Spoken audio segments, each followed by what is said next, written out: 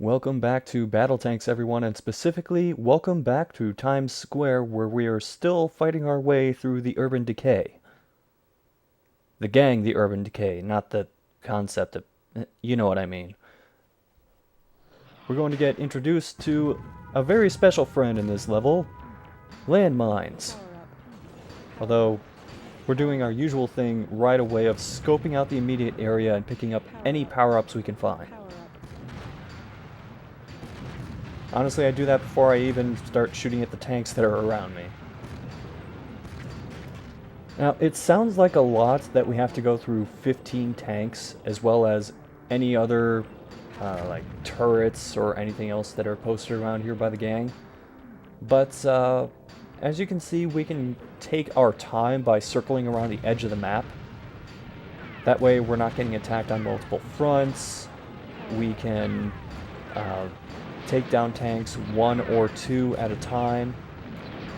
And it also gives us an opportunity to pick up any power-ups that are kind of off to the side and off the beaten path along the way. Although I'm not touching that blinking white thing, because that's a landmine. We're going to see a whole lot more of them in the stages to come. And right now I'm just taking full advantage of being able to fire my secondary weapon in between the delay of my primary weapon. You also note that most of the tanks are just coming to me. And you can use that to your advantage later because if you wait around a corner for them, they'll pull out in front of you, but their turret won't usually be aimed at you. And that gives you enough time to fire your primary and then your secondary and kill them before they even get a shot off. Now, however, I'm kind of bulldozing my way through the enemy front. You can get away with this on easy difficulty, not so much hard difficulty. And I know I'm kind of stating the obvious here, but the explosions really cause the game to lag at points. And even more so than the explosions itself, the smoke can also play a key role. Like, when you're driving through the explosion and there's all that smoke and it's really hard to see what's around you, you can end up driving into landmines if you're not careful about that. In fact, I did that a couple of times during my practice runs of this. Not this specific level, mind you, but other levels later on. And I realize I might be stating the obvious at this point, but any ammo pickups or weapon pickups that you get don't carry over to the next stage, so I'm not exactly all that worried about running out of ammo before the stage ends so that I can have it for the next one.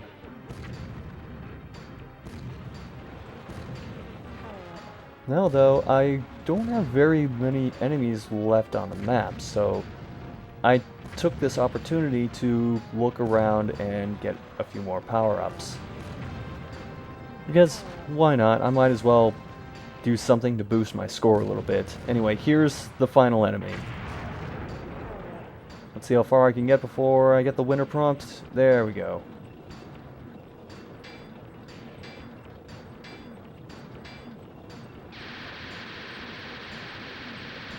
Oh, I forgot to mention, time bonuses can be pretty ridiculous because of how high they let scores climb in this game. Hey, and we got a couple of bonus tanks. Awesome. That will lead us to the George Washington Bridge. And this is the point where the difficulty starts to spike a bit, because you're introduced to a few new things. Even on the easy difficulty, it's very easy to, well, very easy, it's very easy to take this level too fast and end up just getting obliterated by everything that's stationed on the bridge. BattleTanx is one of those games that for some of these levels you really have to take your time and plan out where you're going. Something you want to do right away is make sure you get this item here. Guided missiles. Because there are a few things that will be very annoying about this stage. One of them being the final enemy, which I will get into later, but that's why we picked up the guided missiles. For now, though, we have other things we need to worry about. One of which is, there are a couple of things we need to find, specifically enemy bunkers. Because if we don't find those, enemy units are going to continue to spawn on this bridge, and it's possible that we can just eventually get overwhelmed. On this stage, there are two bunkers in particular.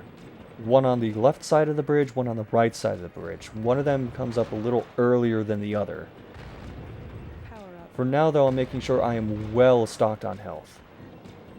Because it's very possible that things can go horribly, horribly wrong very, very soon in the stage. There's the bunker. Okay, that's one of them taken care of. And you can see this group of landmines, which I'm going to use hand grenades to take out. That's primarily what I use hand grenades for. And doing that gets us an extra tank.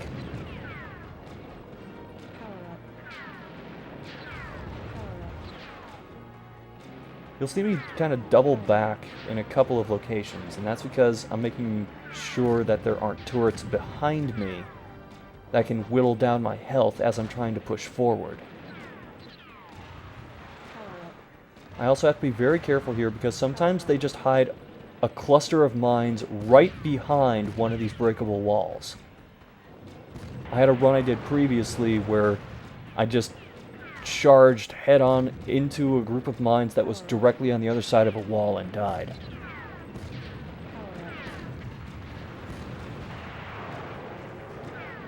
Now, something else we got to be careful about is, aside from not going too fast, is not getting to the end in plain sight of the final units.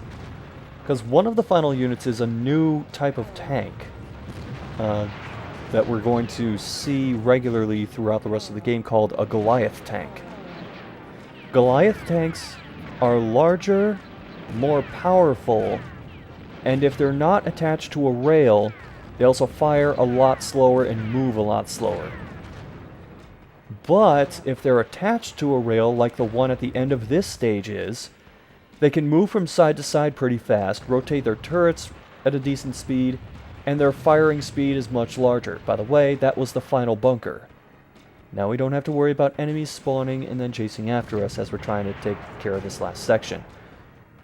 So, fighting the Goliath tank head-on is an absolutely terrible idea no matter what difficulty you're on. So I'm going to use the guided missiles to open up this gap in a wall and basically take out the Goliath tank without it ever being able to see me. As you'll notice, it can fly through these ramparts. It can also fly over solid barriers, but it'll hit damn near everything else. Ah, jeez. Almost hit those mines. And you know what? I think I see an extra tank in there. So, why not take some of these out? And now we're good. The rest of this is just for flavor. You don't really have to do anything else other than just drive through to the end of the stage once you've taken out the Goliath tank. But hey, why not, right? Yeah, if you tried, like, sneaking along the sides here, all it will do is take you right to the point directly in front of the Goliath tank. You can't sneak around it or anything.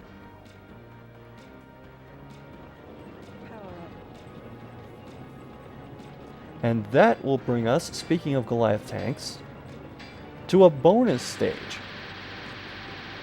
Like we really needed a bonus after this time bonus that I just got.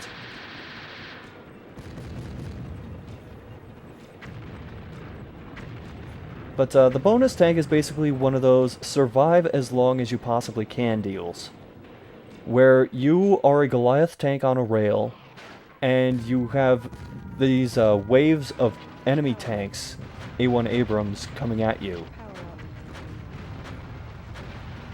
I really should be questioning why it seems like everyone in this dystopian future has a functioning A1 Abrams tank. But you know what? I'm letting a lot of things slide when it comes to this game. Power up. There are power-ups along this rail, such as radar, health, and swarmer missiles, which you can use to help you survive a bit longer. Really, the only thing I'm concerned about is surviving long enough to just get an extra tank. Whether I need it or not, extra tanks are at least nice from a psychological standpoint to have. Power up. And you can probably see how fast I'm firing with this thing. I'm actually firing faster than my regular tank would fire.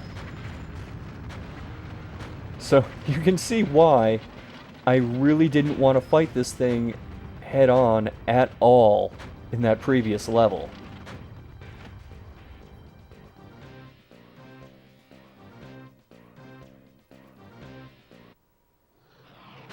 Something that enemy tanks will try to do when you get to this point where there are a lot more of them is they'll try and get alongside your Goliath or even get behind your Goliath.